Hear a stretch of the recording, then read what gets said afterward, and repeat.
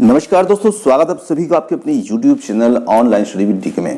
दोस्तों आज हम आपके लिए लेकर आए हैं हिंदी पेडागोजी के 20 अति महत्वपूर्ण प्रश्न। जी हाँ दोस्तों, ये प्रश्न आपको आने वाले सीटेट, सुपर टेट और अन्य टेट एग्जाम के लिए काफी उपयोगी साबित होंगे। तो चलिए क्वेश्चन को स्टार्ट करने से पहले आपको परीक्षा ऐप के बारे में थोड़ी सी जानकारी देना चाहेंगे। परीक्षा ऐप जो है कि ऐसी ऐप है जहां पर आप सीटेट और वर्ग 3 के लिए स्पेशल इसमें आपको प्रैक्टिस सेट मिलते हैं और प्रैक्टिस सेट यहाँ पर आपको दो तरीके से मिलेंगे। कुछ प्रैक्टिस सेट आपको फ्री में उपलब्ध होंगे और कुछ प्रैक्टिस सेट यहाँ पर पेड हैं और आप चाहें तो उन्हें परचेस कर सकते हैं। और आप यदि प्रैक्टिस सेट को परचेस करना चाहते हैं तो आप स्टडी डीके 50 कोड का यूज करते हैं तो इसमें आपको 50% ऑफ मिल जाता है, 50% की आपको छूट मिल जाएगी। तो आप इसे डाउनलोड करना चाहें और प्रैक्टिस सेट लेना चाहते हैं तो आप नीचे डिस्क्रिप्शन लिंक में जाकर के इसे डाउनलोड कर सकते हैं। तो चलिए अब स्टार्ट करते हैं हमारे क्वेश्चन। देखिए फर्स्ट क्वेश्चन है यहाँ पर, नीलम पढ़ते समय कभी कभी वाक्यों शब्दों की पुनरावृत्ति करती है और इसका यह भाषाई व्यवहार दर्शाता है कि वह समझ के साथ पढ़ने की कोशिश कर रही है। बी है वह अटक अटक कर ही पढ़ सकती है। सी है उसे पढ़ना बिल्कुल नहीं आता और डी है वह पढ़ने में ज्यादा समय लेती है। तो देखिए यहाँ पर नीलम पढ़ते समय कभी कभी शब्दों या वाक्यों की पुनरावृत्ति करती है, तो इसका मतलब है कि वह समझ के साथ पढ़ने की कोशिश कर रही है। ऑप्शन ए यहाँ पर इसके लिए सही उत्तर होता है। चलिए अगले क्वेश्चन की ओर बढ़ते हैं। जो बच्चे विशेष रूप से पढ़ने में कठिनाई महसूस करते हैं वे डिसग्राफिया से ग्रस्त होते हैं, मंदबुद्धि होते हैं, डिसलेक्सिया से ग्रस्त होते हैं या फिर डी है सीखने में अक्षम होते हैं। तो देखिए जो बच्चे पढ़ने में कठिनाई महसूस करते हैं यानी कि उनको पठन संबंधी विकार से वो ग्रसित हैं, तो यहाँ पर हम कह सकते हैं पठन संबंधी विकार डिसलेक्सिया होता है। ऑप्शन सी यहाँ पर इसका सही उत्तर होगा। अगला क्वेश्चन है, निम्नलिखित में यांत्रिक दृश्य साधन है चित्र विस्तारक यंत्र, मानचित्र, ऑडियो कैसेट, लिंगवा फोन।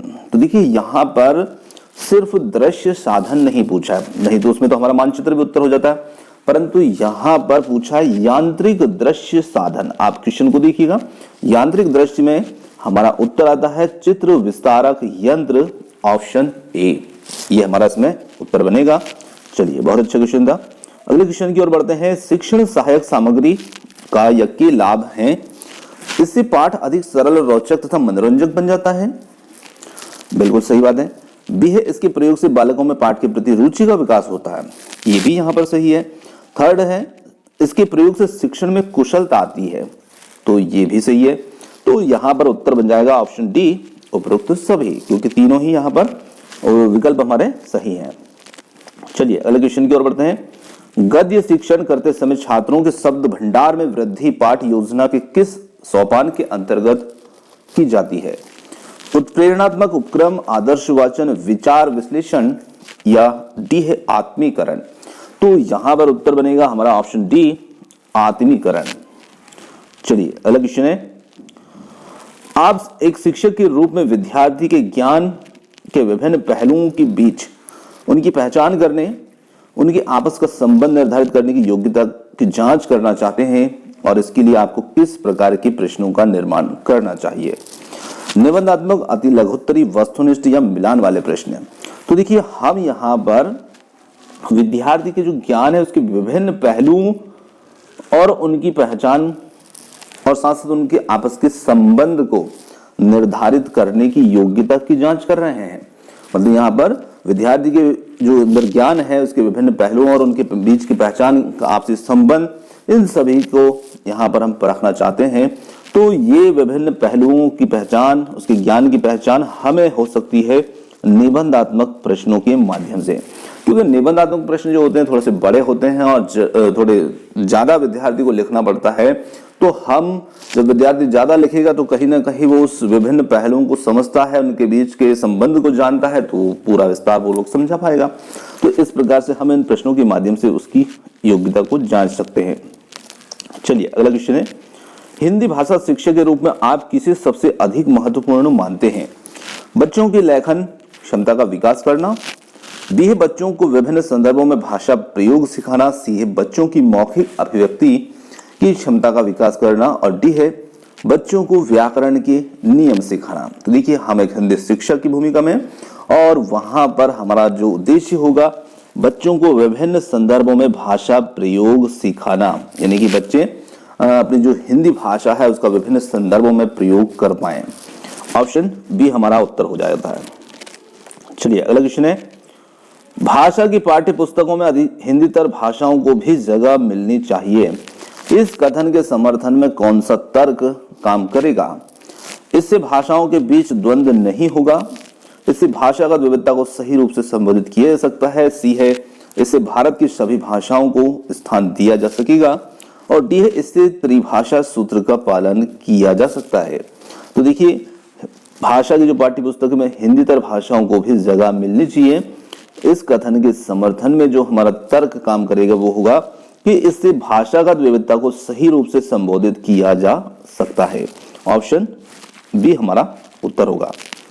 चलिए अगला क्वेश्चन है, मातृभाषा की आवश्यकता क्यों होती है? शारीरिक विकास के लिए, मानसिक विकास के लिए, सामाजिक विकास के लिए, या डी है सभी के लिए? तो बिल्कुल यहाँ कह सकते हैं उपरोक्त सभी के लिए ही हमें मातृभाषा की आवश्यकता होती है, जो कि मातृभाषा से हमारा शारीरिक, मानसिक, सामाजिक सभी प्रकार का विकास होता है। चलिए अगला क्वेश्चन है, प्लेटो का कथन है कि बच्चा बड़ों के बीच एक विदेशी की तरह व्यवहार करता है या विदेशी की तरह होता है, किस भाषिक सच्चाई की ओर संकेत करता है?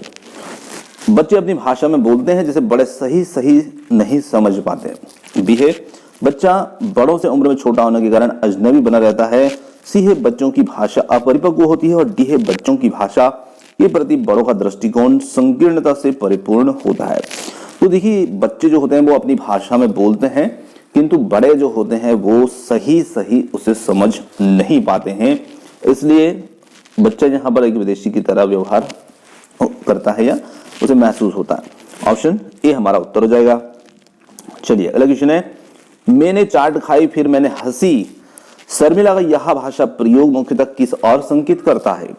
व्याकरणिक नियमों की जानकारी न होना, नियमों का अति सामान्यीकरण, भाषा प्रयोग में असावधानी, या डी है भाषा की समझ न होना?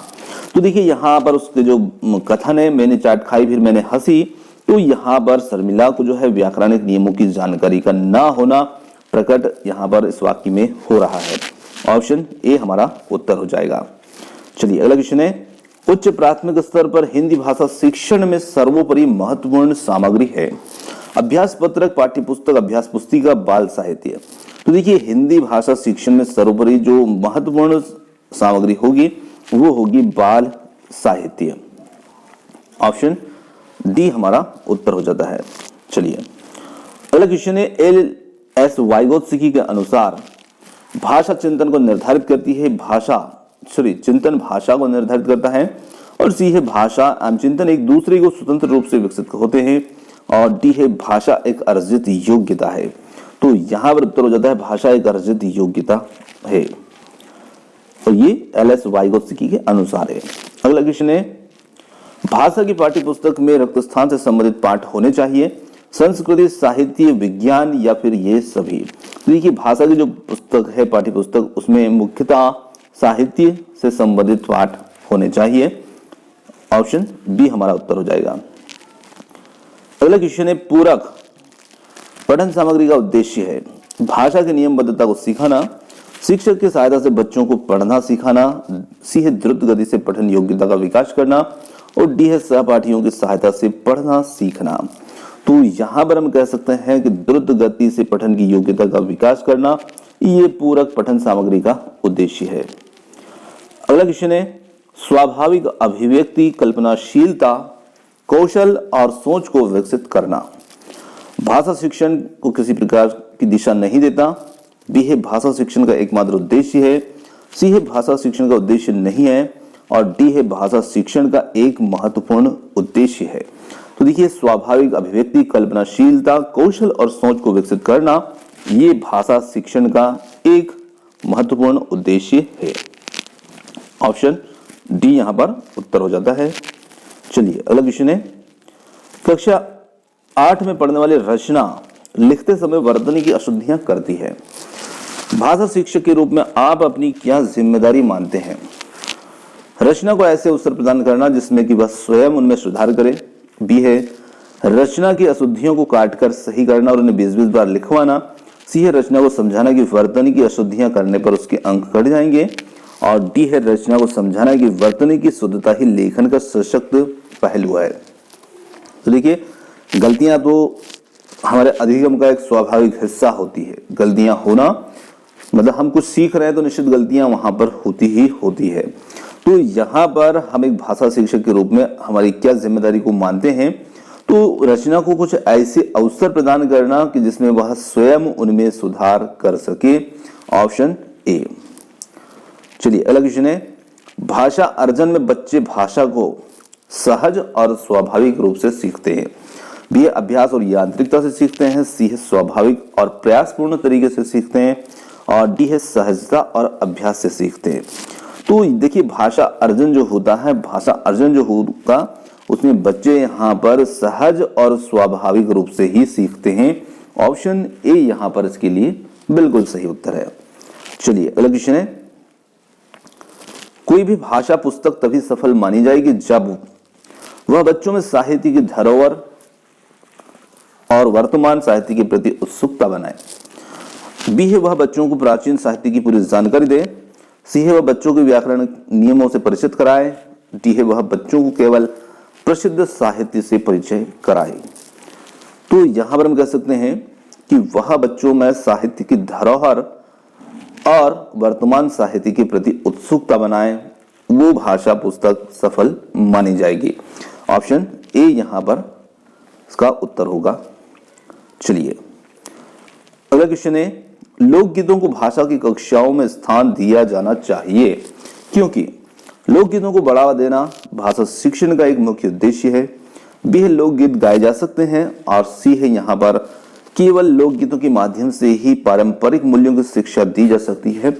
और डी है इससे बच्चे संस्कृतिगत विशेषताओं से परिचित होते हैं।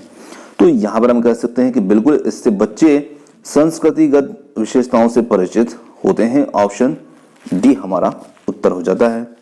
दोस्तों ये थे आज के हमारे हिंदी पेडागोजी से संबंधित 20 अति महत्वपूर्ण प्रश्न कैसे लगे आप कमेंट्स करके जरूर बताइएगा। और वीडियो पसंद आया तो वीडियो को लाइक, शेयर और चैनल को सब्सक्राइब करना मत भूलिएगा। आपने हमें इतनी देर सुना उसके लिए बहुत बहुत धन्यवाद। थैंक यू सो मच और मिलते हैं बहुत जल्द एक और नए किसी वीडियो के साथ।